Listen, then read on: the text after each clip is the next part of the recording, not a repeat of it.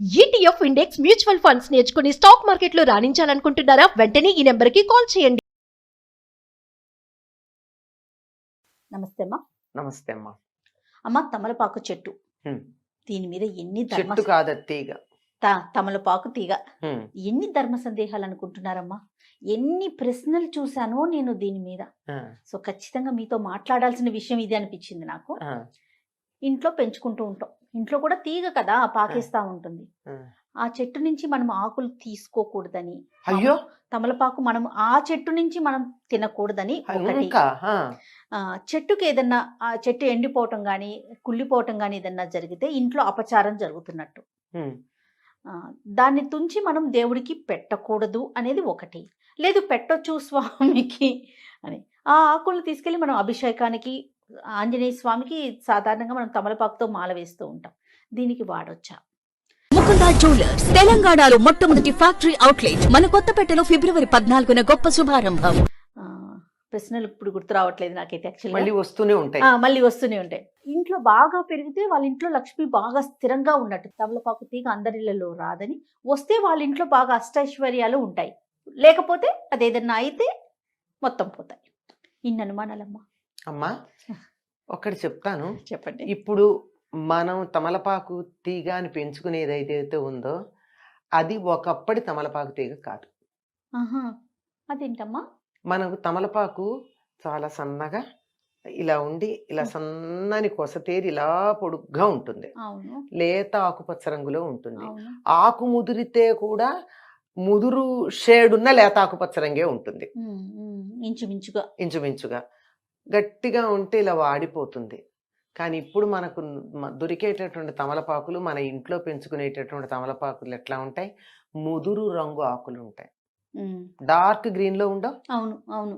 పైగా కొన్నిటికైతే లోపల కాడలు కూడా రెడ్డిష్ గా కనపడుతూ ఉంటాయి. తీగ తాలూకు కాడ కూడా రెడ్ గానే ఉంటుంది, లేదా డార్క్ రంగుల కలర్ లో ఉంటుంది. ఇది వేరు తమలపాకు. ఈ కొన్ని చెప్పే జాతే కాదంటారు. అంటే జాతిలో వెరైటీ జనరేషన్లో తేడా ఉంటాయి కదా. ఇప్పుడు వంకాయలు ఎన్ని ఉన్నాయమ్మా? అట్లాగనమాట వెరైటీ. అట్లాంటిది ఈ చెప్పిన చాలా నియమాలు ఏవైతే ఉన్నాయో అవన్నీ ఆ తమలపాకు పనికొస్తాయి. ఆ తమలపాకు చాలా తీగ కూడా ఎంత నాజుగ్గా ఉంటుందంటే, ముందు అవిసి చెట్లను పెడతారు తమలపాకు తోటల్లో. అవిసి చెట్లు చాలా త్వరగా పెరుగుతాయి. అవిసి చెట్లకి పెద్ద కొమ్మలు కూడా ఎక్కువ ఉండవు. అట్లా కొమ్మలు ఒకవేళ వస్తున్నా వాటిని చిన్నతనంలో కట్ చేసి పొడుగ్గా పెరిగేటి చేస్తారు. చేసి ఒక్కొక్క అవిసి మొక్క మొదట్లోనూ తమలపాకు తీగ పెడతారు. పెడితే ఆ అవిసి మొక్కకి అలా చుట్టుకుని పైకెడుతూ ఉంటుంది అనమాట. ఆ వెళ్ళేటటువంటిది లేతగా ఉండగానే తీస్తారు. అందుకే లేత తమలపాకులా ఉందేనో పదం వాడతాం. గట్టిగా తీసుకొచ్చి ఇట్లా పెడితే అది వాడిపోతుంది.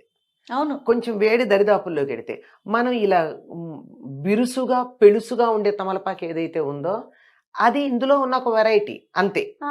మన పెరుగు తోటకూర, కొయ్య తోటకూర, పిచ్చి తోటకూర, చిలక తోటకూర ఎన్నున్నాయో అట్లా అనమాట.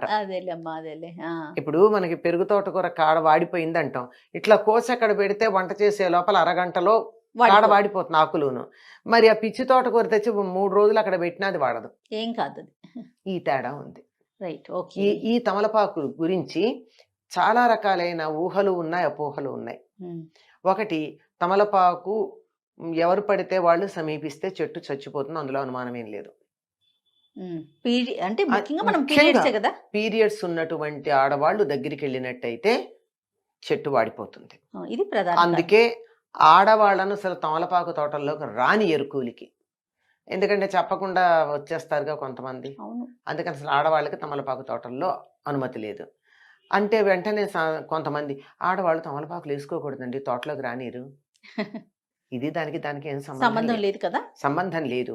అయితే నాతో ఒకళ్ళు వాదించారు, మా ఇంట్లో నేను తమలపాకు పెట్టుకున్నానండి, నేను పీరియడ్స్లో కూడా వెళ్ళి చెట్టాకులకు వస్తాను, నాకేం కాలేదు అని. అంటే ఒక చమత్కారంగా చెప్పాలంటే నీలాంటి మొండిదిలే అని అన్నా విషయం అది కాదు. ఇది ఆ తమలపాకు కాదు, ఇది క్రాస్ బ్రీడ్ వెరైటీ. ఇప్పుడు కలకత్తా ఆకులు, కారపాకులు ఎన్నో ఉన్నాయి కదా. మనం మామూలుగా తమలపాకులు మనకి కారాకిళ్ళీలకు వేసే వేరు, కలకత్తా పాన్ వేరు, మీనాక్షి పాన్ వేరు, చాలా ఉన్నాయి అమ్మా. సుమారుగా 100 రకాలు ఉన్నాయి తమలపాకులు తాంబూలాల్లో. ఒక్కొక్కటి 250, 300 రూపాయలు ఖరీదు చేసేటటువంటి తాంబూలం ఒక కిళ్ళి ఉంది, మీకు తెలుసా? తెలీదు, కానీ చాలా రకాలు ఉన్నాయని తెలుసు నాకు. ఒక్కటి ఇప్పుడు రేట్లు తెలియదు, 15-20 ఏళ్ల క్రితం 200, ఇప్పుడు ఎంతో నాకు తెలియదు.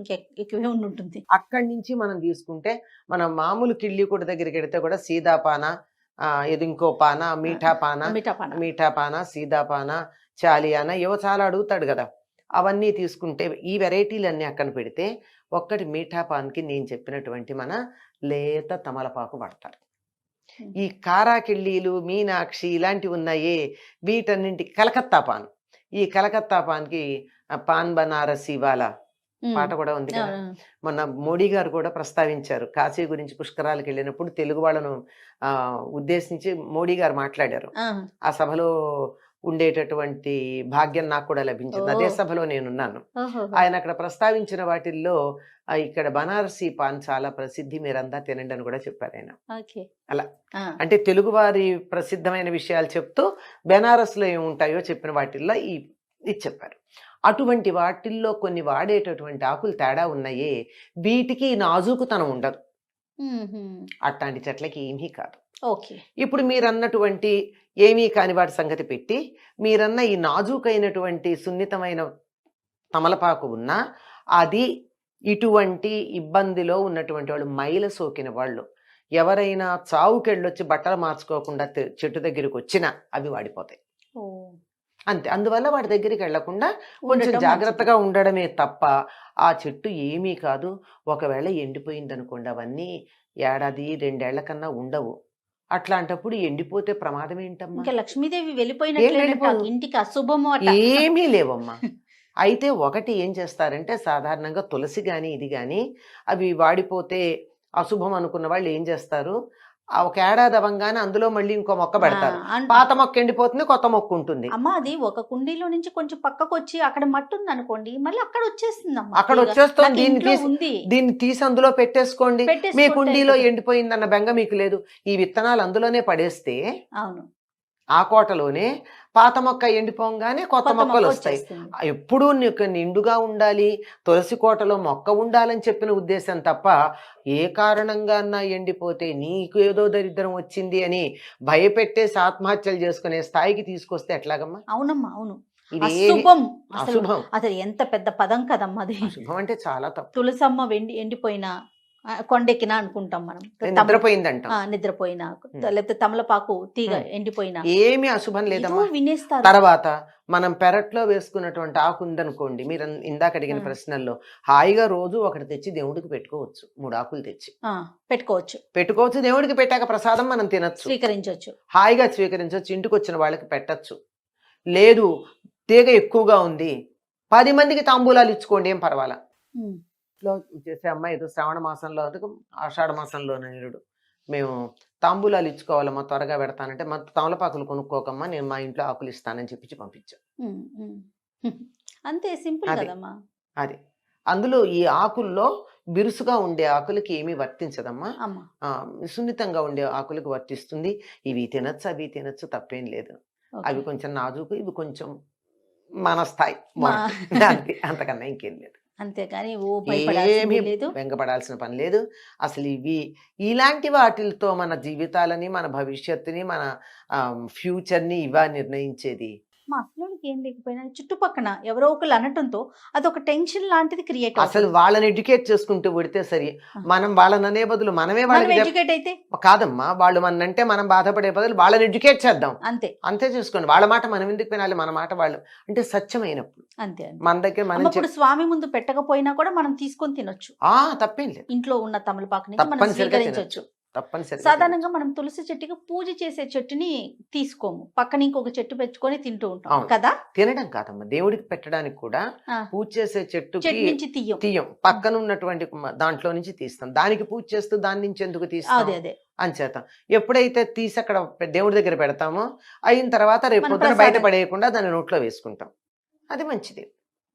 కానీ అత్యవసరమై 2వ చెట్టు లేదు, ఇంట్లో పసిపిల్లలు ఉన్నారు, ఆ పసిపిల్లలకి దగ్గొచ్చింది, బయటికి వెళ్ళే వీలు లేదు, వానగా ఉంది, ఇప్పుడు నేను ఆ నియమం పాటిస్తానని కూర్చుంటే పిల్ల అనారోగ్యం ముఖ్యమా, తులసికి దండం పెట్టమ్మా, నిన్ను నేను దేవతా స్వరూపంగా భావించి నీ అనుగ్రహంగా ఒక ఆకు తీసుకుని నా బిడ్డకి నేను రసం ఇస్తాను అని నమస్కారం చేసి కోసుకుంటే తప్పేం లేదు. ఆవిడ అనుగ్రహిస్తుంది. ప్రతి దానికి ఇంత complicate life is very simple and happy అమ్మా. అంతే We are complicating it. Yes, exactly.